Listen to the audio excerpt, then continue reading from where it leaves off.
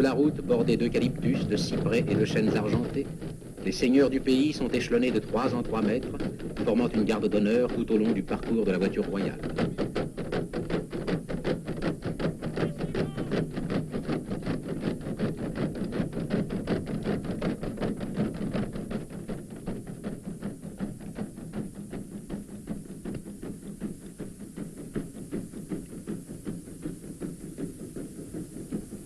Frontière symbolique entre deux territoires, un pont sépare l'Urundi du Rwanda. C'est ici que le roi prend congé du Mwami de l'Urundi. Au-delà du pont, le Mwami du Rwanda attend le souverain. Accompagné du gouverneur général du Congo et du gouverneur du Rwanda-Urundi, le roi passe d'un royaume à l'autre. Sire, soyez bienvenue dans Rwanda. Sur un bout de route, au fond d'une vallée, le cérémonial de la bienvenue se déroule avec une grande simplicité, tout empreinte de noblesse.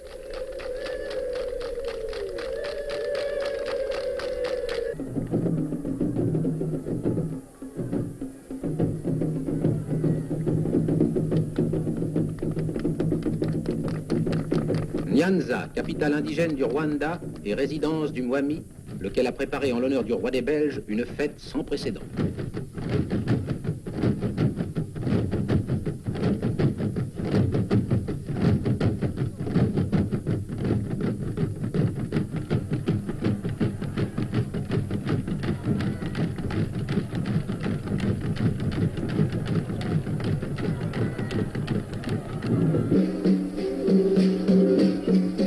Dans un florilège qui évoquera toute la culture aristocratique du pays, les danseurs, accompagnés des tambours et des olifants, vont exécuter individuellement ou en groupe des danses que l'on appelle l'invincible, la victorieuse, la bénie, la provocatrice, l'aérienne, la prestigieuse, la chatoyante, l'incomparable, la foudroyante.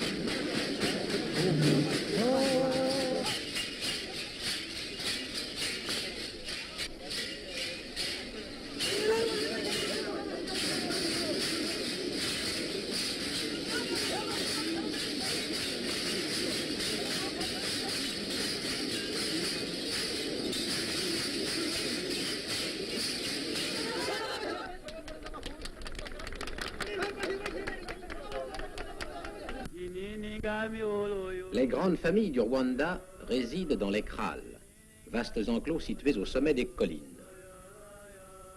C'est là que vivent, autour du chef et sa famille, un aïeul, les fils mariés et parfois une veuve revenue auprès des siens. Dans ces territoires, les vaches, propriété personnelle du Mwami, représentent aux yeux des populations la richesse suprême. L'admiration et le respect entourent ces ruminants, dont la possession est à la fois signe d'opulence et marque de distinction.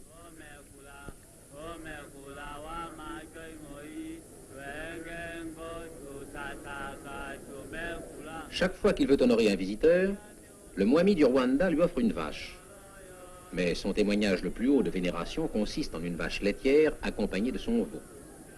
Les dignitaires de la cour marquent leur émotion devant ce geste royal.